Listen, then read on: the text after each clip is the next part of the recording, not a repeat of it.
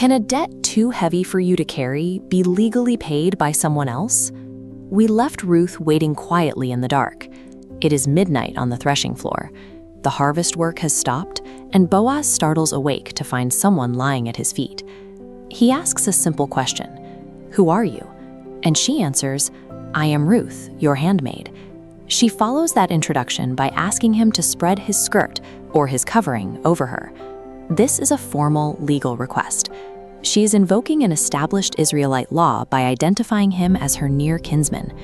In ancient Israel, this role was called the goel, or kinsman-redeemer. It operated as a strict social safety net designed for a family member who had fallen into total ruin. To act as a redeemer, a person had to meet specific conditions. First, they had to share a blood relationship. You could not volunteer for this role as a stranger. You needed the unique legal standing of family to intervene. Second, they had to possess the wealth required to clear the ledger and an actual willingness to assume that financial liability to buy back the property or freedom that was lost. The goal was never temporary charity. The purpose of the law was the total restoration of a vulnerable person's name, their lineage, and their future prospects. When Ruth speaks in the dark, she makes a direct appeal to an ironclad legal protection. She is asking Boaz to transform her extreme vulnerability into permanent security. The legal logic of the kinsman-redeemer finds its ultimate fulfillment in the person of Jesus Christ. He stepped into humanity, sharing our bloodline to gain the legal standing required to save us. Going to the cross was a purposeful, calculated decision to seek out and redeem those who lacked the capacity to pay their own debt. Ruth walked away from that threshing floor completely covered and claimed, "Because of Christ's intervention, you possess the ability to walk away from the bankruptcies of your own past under that exact same covering." What unpaid burdens are you still attempting to carry personally? The covering Boaz offered that night saved one family.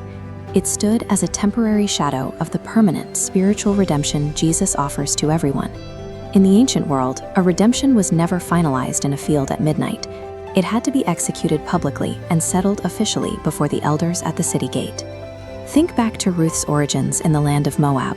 That condition, being far from home, entirely empty, and incapable of self-rescue, mirrors humanity's exact spiritual state before God. But when Christ stepped into the gate to finalize our ransom, he was free from any forced legal obligation.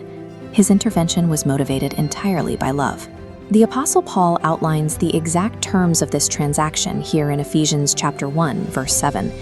"In whom we have redemption through his blood, even the forgiveness of sins, according to the riches of his grace." Notice the economy of that exchange. Jesus refused to pay a mere minimum duty to balance the scales. True spiritual forgiveness requires the overwhelming, inexhaustible riches of his grace. He paid it all. Had you accepted that redemption for yourself? Securing this ransom provides the foundation for the chapters ahead. Tomorrow, we move from the legal mechanics of redemption to the internal character it produces, the making of a virtuous woman. Before you can walk confidently into your future, first you have to be redeemed from your past. That total restoration is the prerequisite for a truly radiant life.